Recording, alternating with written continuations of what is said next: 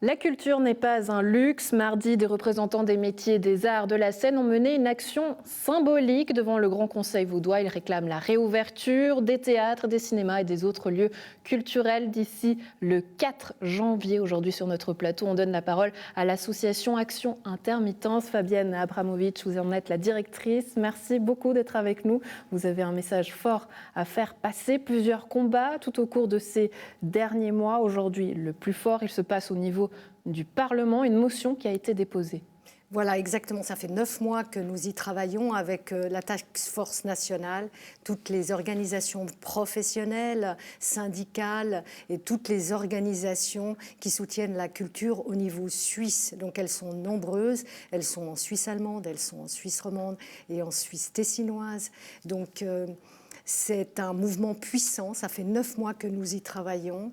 Et puis, nous avons travaillé aussi avec des parlementaires, notamment le conseiller national Christian D'Andrès, qui porte cette motion conjointement au Parlement. Donc, c'est des forces à la fois avec les organisations professionnelles et des forces aussi au niveau parlementaire, puisque les votes se passent avec nos élus et nos conseillers nationaux, avec la Chambre, les deux chambres. Le national et le Conseil des États. Et en ce moment même, depuis hier, 2 grandes actions en fait, que nous avons portées depuis de longs mois, qui sont pour les contrats.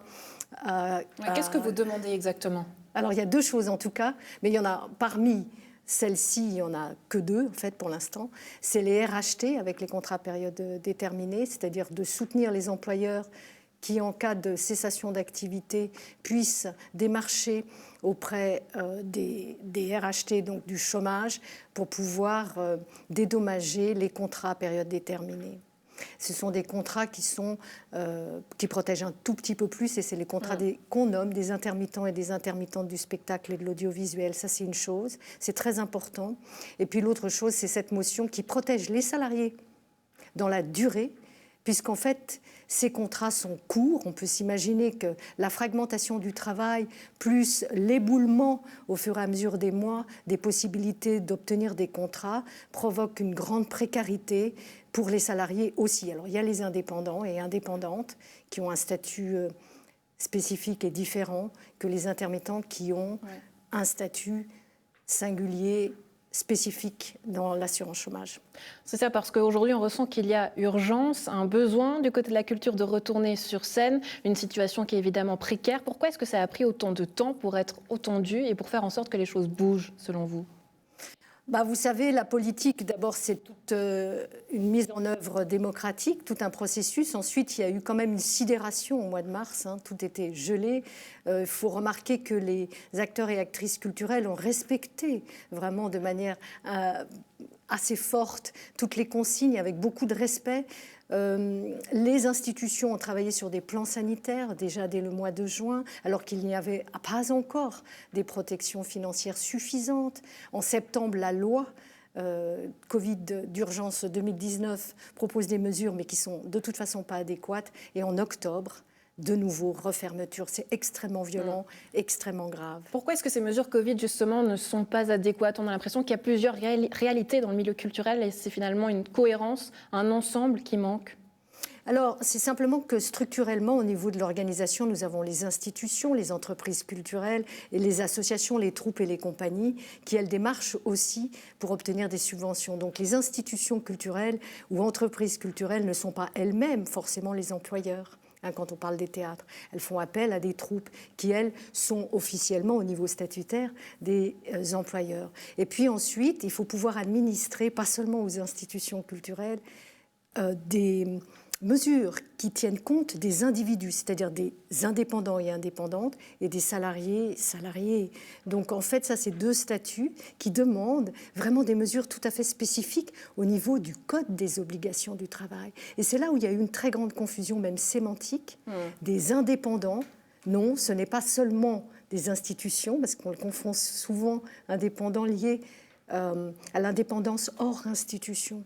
En fait, au niveau du statut du Code des obligations du travail, nous avons des indépendants et indépendantes et nous avons des salariés.